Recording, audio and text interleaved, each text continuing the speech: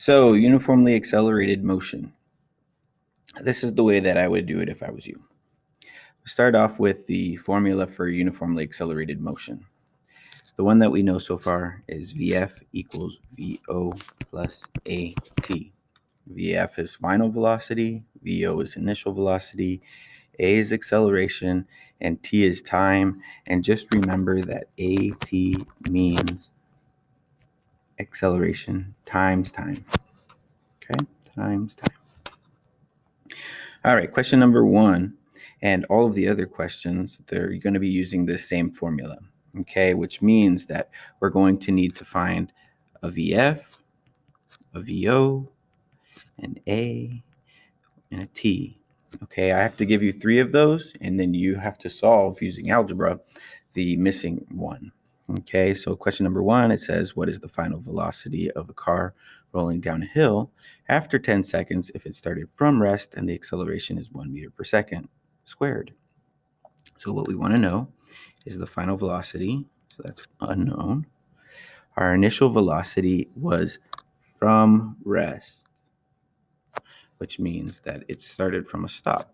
So the initial velocity is 0. The acceleration, it says acceleration is 1 meter per second squared. So we're going to put on there 1. And the time, it says after 10 seconds. So that's time. Put that down. Okay, now that's step 1. Step 2 is to write down the formula. It's already written above, but we write it down again. We write it down every time.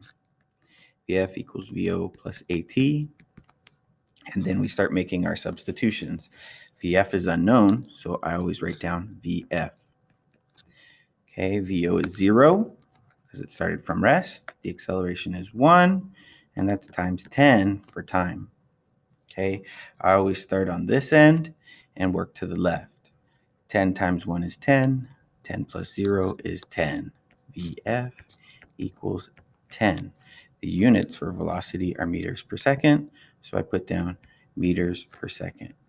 Okay, and that's how I solved the first one.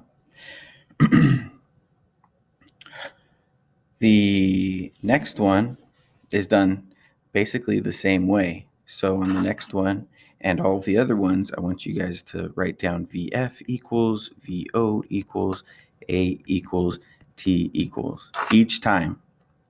Okay, that's, oops, it's a daisy. That's not step 2. That is step 1. Okay, then step 2 will be write down the formula. VF equals VO plus AT. Okay, now when we read this question's different than the question before, because this one says, let me change a color. What is the acceleration of a rolling ball if the initial velocity is 0 meters per second and the final velocity is 150 meters per second and it takes 30 seconds? So we have to imagine that we have, something like a hill and the ball's up here when time equals 0 seconds. And then after 30 seconds, maybe the ball's down here. 30 seconds later. And at the beginning, it was at rest, but at the end, it's going to be going pretty fast. Okay. It's going to be going 150 meters per second. And the only reason we know that is because I told you that. And so that's where that comes from. Okay. Now, again, it says the initial velocity was 0. So right there, it starts from a stop. So that velocity is 0 meters per second. Okay. Anyways, so that's kind of the situation that's going on there. Okay. So in this case, let's see here. Our final velocity is 150. Our initial velocity is 0. The acceleration is unknown because it says, what is the acceleration? So that's what we have to find. Time is 30 seconds. Okay. And we're going to use those numbers and make those substitutions into our formula. The formula is, well, let's see here. So VF is 150. So we write that down. 150 equals VO was 0 because it started from rest.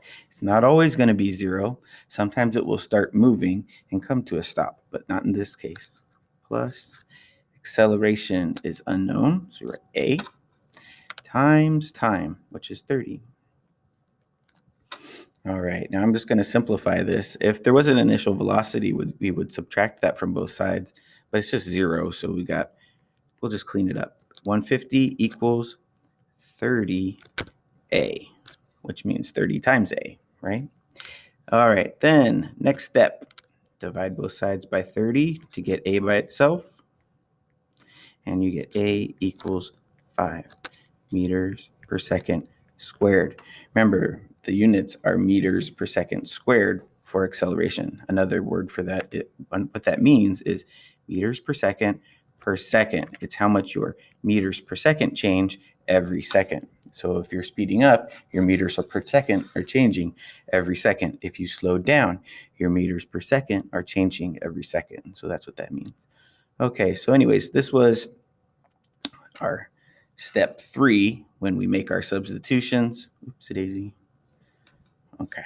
All right, let's look at the next question. How long will it take? Okay, so that's a very similar question to question number 2. Okay, the difference is that in this case, how long will it take? Let me switch colors for a second. How long will it take? That means time.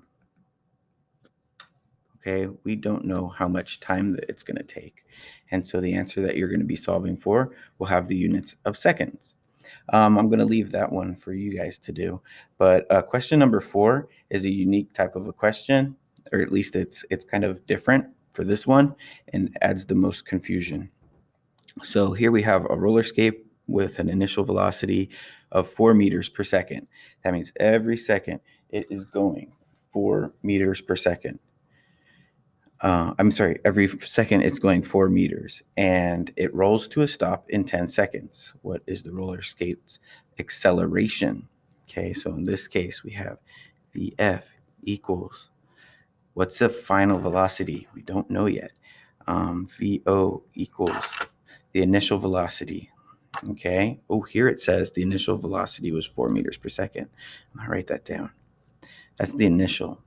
Okay, I ran out of space, so I'm going to write next to it A. It says, what is the roller skate's acceleration? So that's our unknown. And it rolls to a stop in 10 seconds. Okay, now we can only have one unknown in our equation, or else it doesn't work. We can't solve for it. Okay, if one thing's unknown, then if two things are unknown, then everything's unknown. All right, so in this case, we need to figure out from reading the question what the final velocity is. We already know we're looking for acceleration. So if this is a good question, then I should have given you this information. Okay, so it says again, a roller skate with an initial velocity of 4 meters per second rolls to a stop. Rolls to a stop. That means that our final velocity is 0. So we do know that. Okay, next we write down our formula, Vf equals Vo plus At. Make our substitutions. Vf is 0. That's our final velocity. Our initial velocity was 4 plus acceleration, which is unknown, times time, 10. Okay, now we want to get the A by itself on one side, and it's stuck to the 10. So let's just leave that alone, and we'll subtract the 4 from both sides, minus 4. Okay, I'm going to switch colors to kind of clean this up. Now we've got negative 4 equals A times 10. Or another way of saying that is negative 4 equals 10A. This is the same thing. Okay, so our next step, let's get another color, is divide both sides by 10. Divide by 10, and we get A equals negative 4 divided by 10, which is negative 0.4 meters per second squared. Now, in this case, negative, that's weird, but negative just means slowing down. Okay, if it was positive, it was speeding up. And we're used to acceleration being, used for things that are speeding up. And it's more unusual for us to say that something's accelerating when it's slowing down. A lot of times we say decelerate, but I try to stick with the word accelerate and, remember that it's a negative acceleration. So that means slowing down. That right there, that negative sign. Okay. All right. Hopefully you find that helpful. I'll let you guys work on the rest of that yourself and share that up with you.